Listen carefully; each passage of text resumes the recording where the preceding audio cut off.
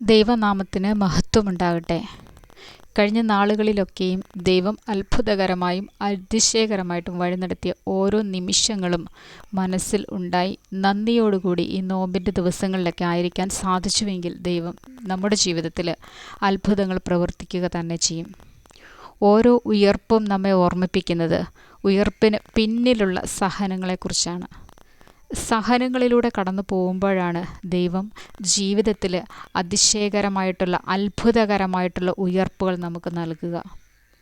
ക്രിസ്തു ത്യാഗം സഹിച്ചുകൊണ്ട് സഹനങ്ങളേറ്റുകൊണ്ട് ശരീരത്തിൽ മുറിപ്പാടുകളാൽ മുള്ളുകളാൽ നോവിൻ്റെ വേദനയുടെ അനുഭവങ്ങളിലൂടെയൊക്കെ കടന്നു പോയപ്പോൾ ശരീരമാസകലം വേദനപ്പെട്ടപ്പോൾ മനസ്സിൻ്റെ മുറിവുകൾക്കപ്പുറം ശരീരത്തിലേറ്റ മുറിപ്പാടുകളോടുകൂടി കർത്താവ് ഓരോ സഹനത്തെയും അതിജീവിക്കാനായിട്ട് ശ്രമിച്ചു.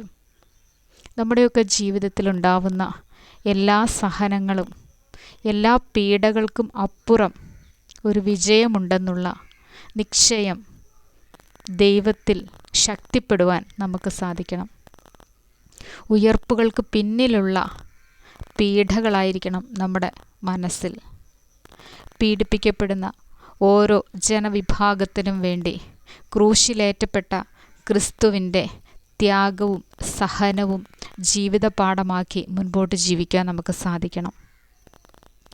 കണ്ണുനീർ ഇറ്റിറ്റ് വീണുകൊണ്ട് ഓരോ രാവും പകലും കഴിഞ്ഞുകൂടുന്ന ജീവിതങ്ങളുണ്ട്. കണ്ണീർ ചാലുകൾ നിർത്താതെ ഒഴുകുമ്പോൾ എന്തിനാണ് ദൈവമേ എന്നോട് ഇങ്ങനെ ചെയ്യുന്നത്? എന്തിനാണ് ദൈവമേ എന്നെ ഇവരൊക്കെ ഇങ്ങനെ ദ്രോഹിക്കുന്നത്? ആരും സ്നേഹിക്കാനില്ലാതെ സങ്കടങ്ങൾ മാത്രം എനിക്ക് എന്തിനാണെന്ന് ചോദിച്ചുകൊണ്ട് വേദനപ്പെടുന്ന അനേകം ജന്മങ്ങളുണ്ട്. കർത്താവ് നിശ്ചയമായും നീ സഹനം എത്രത്തോളം അനുഭവിച്ചോ, നീ എത്രത്തോളം പീഡിപ്പിക്കപ്പെട്ടോ അത്രമേൽ നിന്നെ ഉയർത്താൻ ശക്തനാണ്. വിശ്വസിക്കുക മാത്രം ചെയ്യുക, വചനത്തിൽ ആശ്രയിക്കുക. കർത്താവിൻ്റെ പീഡനയുടെ നാളുകൾ ഓർത്തുകൊണ്ട്, സഹനത്തിൻ്റെ നാളുകളെ ഓർത്തുകൊണ്ട് ആശ്രയിച്ചുകൊണ്ട് മുൻപോട്ട് ജീവിക്കാൻ സാധിക്കുമെങ്കിൽ ദൈവം നിശ്ചയമായും മനസ്സിൻ്റെ ആഗ്രഹങ്ങളെ നിനക്ക് നൽകുക തന്നെ ചെയ്യും. നമ്മുടെ ഓരോ സന്തോഷങ്ങളിൽ ദൈവത്തോട് നന്ദി പറയുവാൻ നമുക്ക് സാധിക്കണം. ഓരോ ഉയർപ്പും നമ്മെ ഓർമ്മിപ്പിക്കുന്നത് ദൈവത്തോട് അടുത്ത് ചെല്ലുവാനാണ്. ദൈവത്തിൽ നിന്ന് അകന്ന് പാപങ്ങളുടെ വഴിയെ നടക്കുന്ന അവസ്ഥകളിൽ നിന്നൊക്കെ മോചിപ്പിക്കപ്പെട്ടുകൊണ്ട് ദൈവസന്നിധിയിൽ ചേരുവാൻ നമുക്ക് സാധിക്കണം.